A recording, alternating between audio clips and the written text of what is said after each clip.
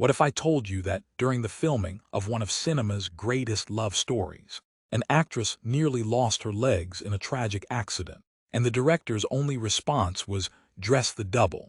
Today we're diving deep into the incredible true stories behind Doctor Zhivago, the 1965 epic that changed filmmaking forever.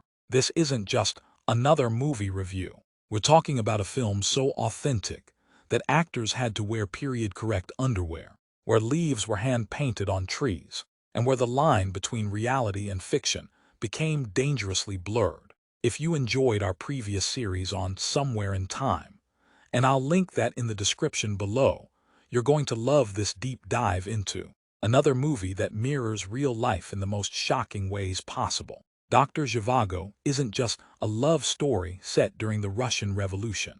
It's practically the autobiography of author Boris Pasternak, told through one of the most obsessive and detail-oriented film productions in Hollywood history. From life-threatening accidents to government investigations, from forbidden love to Nobel Prize controversies, the stories behind this movie are just as dramatic as anything you see on screen. So grab your favorite drink, settle in, and let's explore the fascinating world behind Dr. Zhivago. Let me start with the man who made it all possible, director David Lean.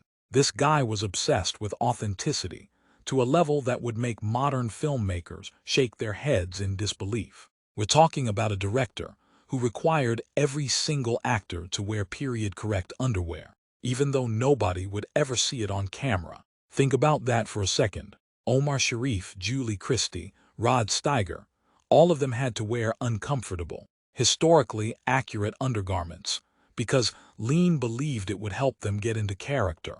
But that was just the beginning of Lean's obsession with detail. The man would literally have crew members paint individual leaves on trees to match whatever season they were filming.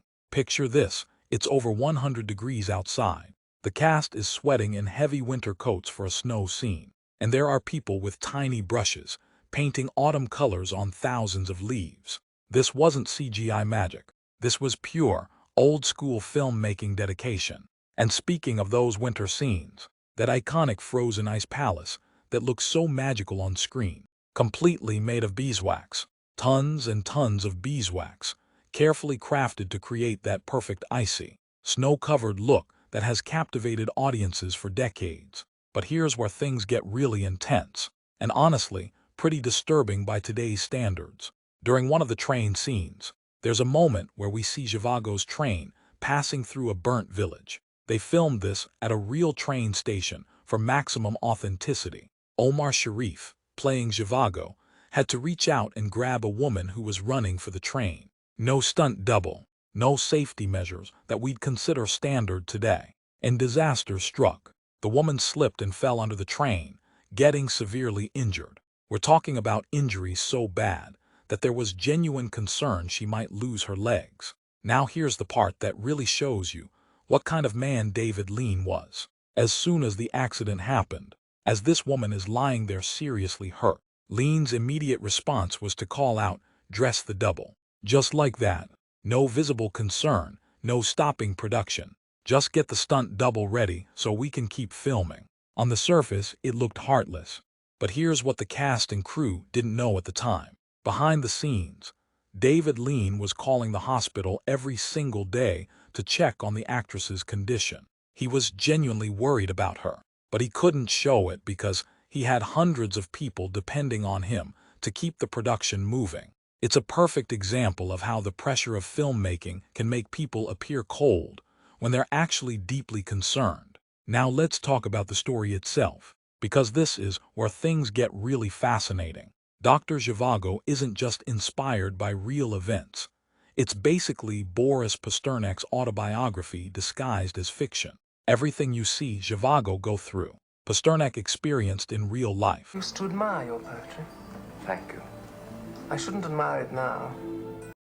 The banning of his poetry by the Soviet government that happened to Pasternak, the complicated love affair with two women while being married, that was Pasternak's actual life.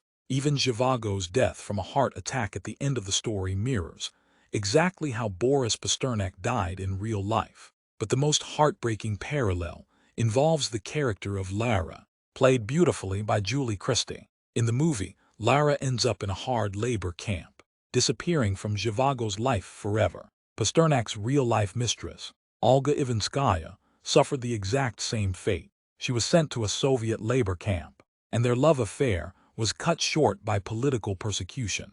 The Soviet government was so threatened by Doctor Zhivago that they wouldn't even allow Pasternak to accept his Nobel Prize for Literature. Think about that.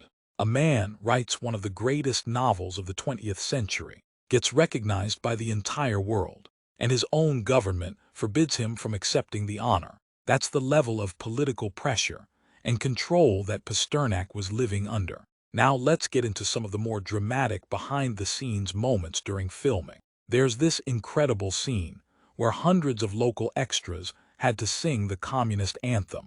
They were filming in Spain under Franco's government, and when Spanish police heard all these people singing communist songs, they actually sent investigators to the set. Imagine being David Lean, trying to make a movie, and suddenly you have government agents questioning your cast and crew because of a song in your script. The political tensions around this movie were real, even during production. But some of the most interesting stories involve the cast dynamics, particularly between Julie Christie and Rod Steiger. Rod Steiger was the only American actor in the main cast, playing the manipulative Komarovsky. There's this pivotal scene where Lara is supposed to have dinner with Komarovsky, and she's wearing this revealing red dress. Julie Christie absolutely refused to wear it. She thought it was too revealing, too inappropriate for the character. It took hours of persuasion from David Lean and the set designer John Box to convince her to put on that dress. But that was nothing compared to what happened during the more intimate scenes between their characters. And I'm supposed to kiss her, and she's supposed to be shocked because she doesn't know it's coming. But Julie was nervous, and she was kind of tense, so you could always feel she was anticipating the kiss. So we did it a couple of times, and we were having a little trouble. And I said, I'd like to talk to you a minute, Mr. Lee. No, really, yes? What you should do is lay down about 10, 12 feet more track. And I'll come around the corner and I'll kiss her. She'll expect that, and she thinks the shot is over. Then I'll grab her and put my tongue down her throat, and you'll get what you want. And we did it, and of course we got it in one. I don't think he ever forgave me. Then there's this unscripted moment that made it into the final movie. During one take, Christie as Lara slaps Steiger's character Komarovsky. Without missing a beat, Steiger slapped her back with his glove. Christie was genuinely shocked. This wasn't in the script, but Lean loved the authentic reaction so much that he used that exact take in the final film.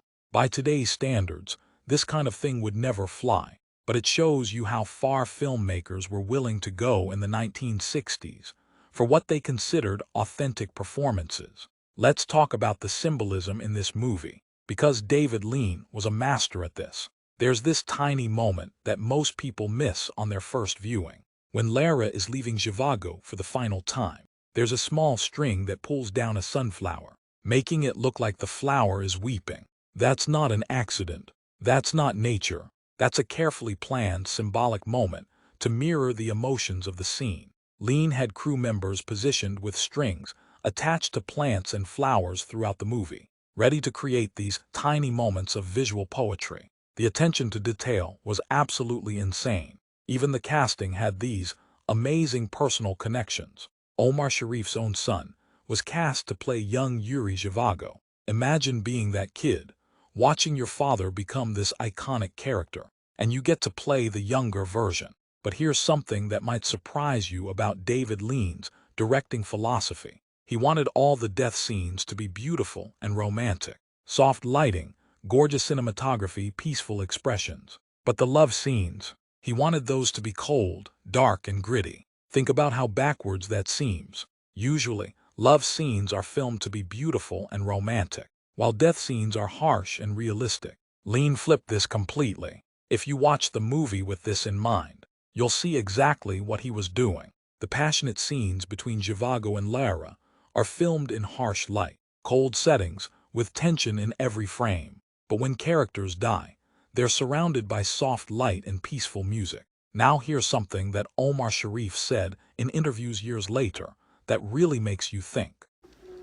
I like being Dr. Zhivago. I wish I were someone like Dr. Zhivago, because I think he was probably the most perfect person that I have ever heard about. I can't see any defects in him.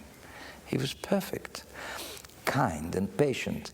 He claimed that Yuri Zhivago was a perfect person, a man without flaws.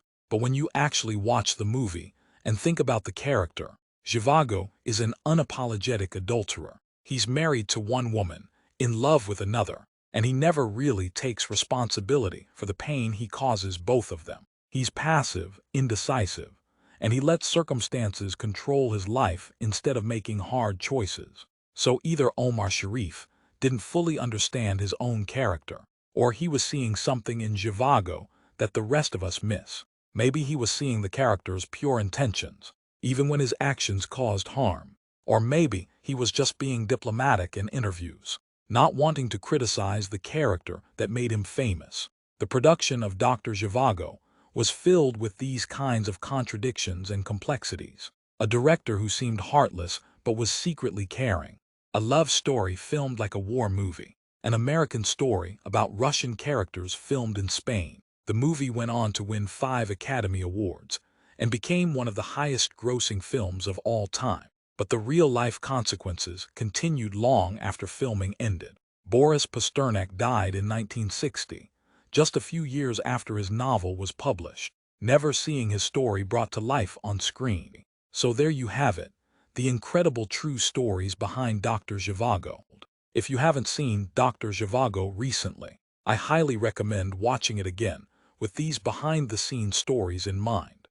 And don't forget to check out our previous series on Somewhere in Time.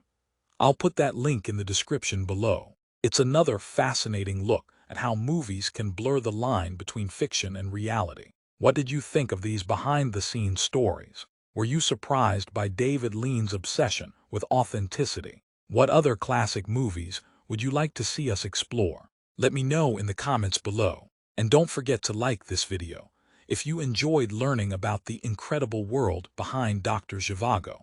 Until next time, keep watching great movies and keep wondering about the amazing stories behind them.